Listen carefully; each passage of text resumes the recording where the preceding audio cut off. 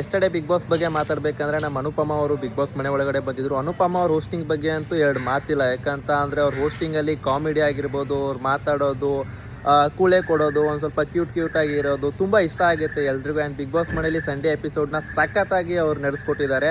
ಅವ್ರ ಜೊತೆ ಸಹನಾ ಶೆಟ್ಟಿ ಅವ್ರು ಕೂಡ ಮನೆ ಒಳಗಡೆ ಬಂದಿದ್ದರು. ಸಹನಾ ಶೆಟ್ಟಿಗೆ ಗಿಲ್ಲಿ ಕಾಂಪ್ಲಿಮೆಂಟ್ರಿ ಕೊಡೋದಾಗಿರ್ಬೋದು, ಇಂಪ್ರೆಸ್ ಮಾಡೋದಾಗಿರ್ಬೋದು, ನೆಕ್ಸ್ಟ್ ಲೆವೆಲು. ಆ ಗಿಲ್ಲಿ ಬಗ್ಗೆ ಮಾತಾಡೋಕ್ಕೆ ಹೋಗೋಕ್ಕಾಗಲ್ಲ. ಯಾಕಂದರೆ ಅವ್ನು ಎಲ್ಲದಕ್ಕೂ ಕರೆಕ್ಟಾಗಿ ಸೂಟ್ ಆಗೋ ಥರ ಒಂದು ಕಾಂಪ್ಲಿಮೆಂಟ್ರಿ ಕೊಟ್ಟಿರ್ತಾನೆ.